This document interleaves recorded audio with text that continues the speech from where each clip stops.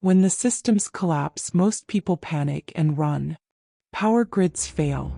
Law and order disappears. Trust breaks down. And suddenly, chaos feels louder than community. In moments like these, the instinct is to go it alone.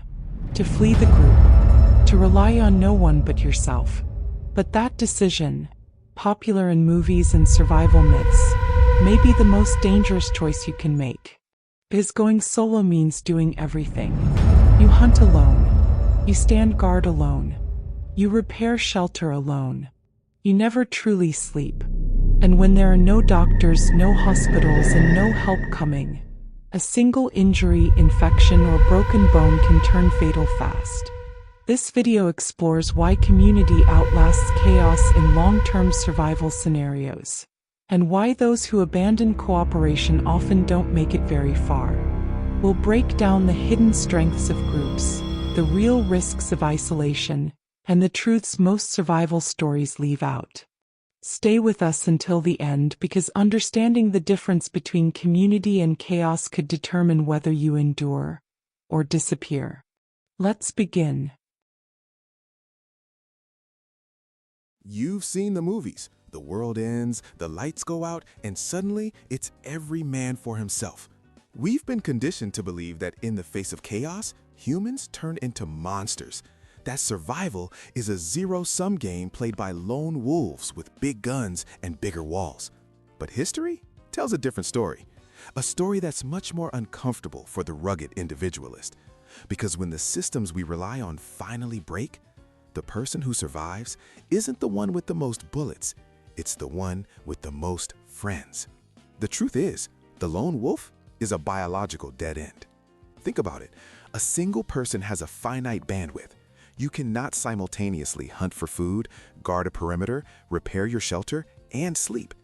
In a world without doctors, a simple broken leg is a death sentence. An infection is a death sentence. Burnout and exhaustion become the primary killers. Your most valuable asset isn't your gear, it's specialization. In a group, one person can be a doctor, another a farmer, a third a soldier. When you try to do everything, you do nothing well. And in the post-apocalypse, doing something poorly gets you killed. Here's the part that might surprise you. We're taught that when disaster strikes, people descend into a purge. Sociologists call this the myth of panic. In reality, historical data from events like Hurricane Katrina or the London Blitz shows the opposite.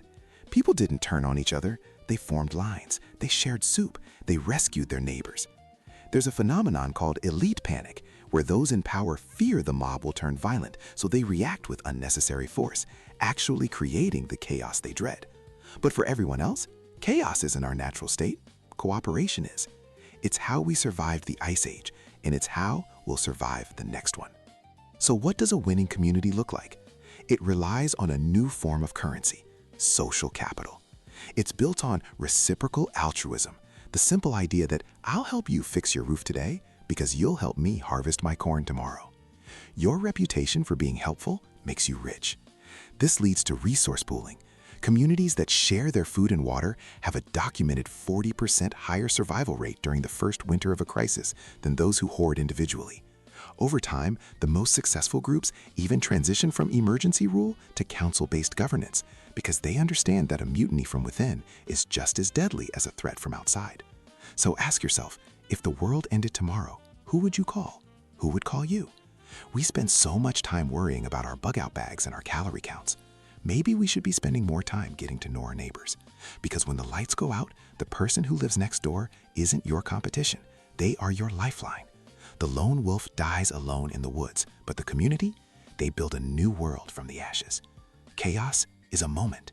Community is a choice.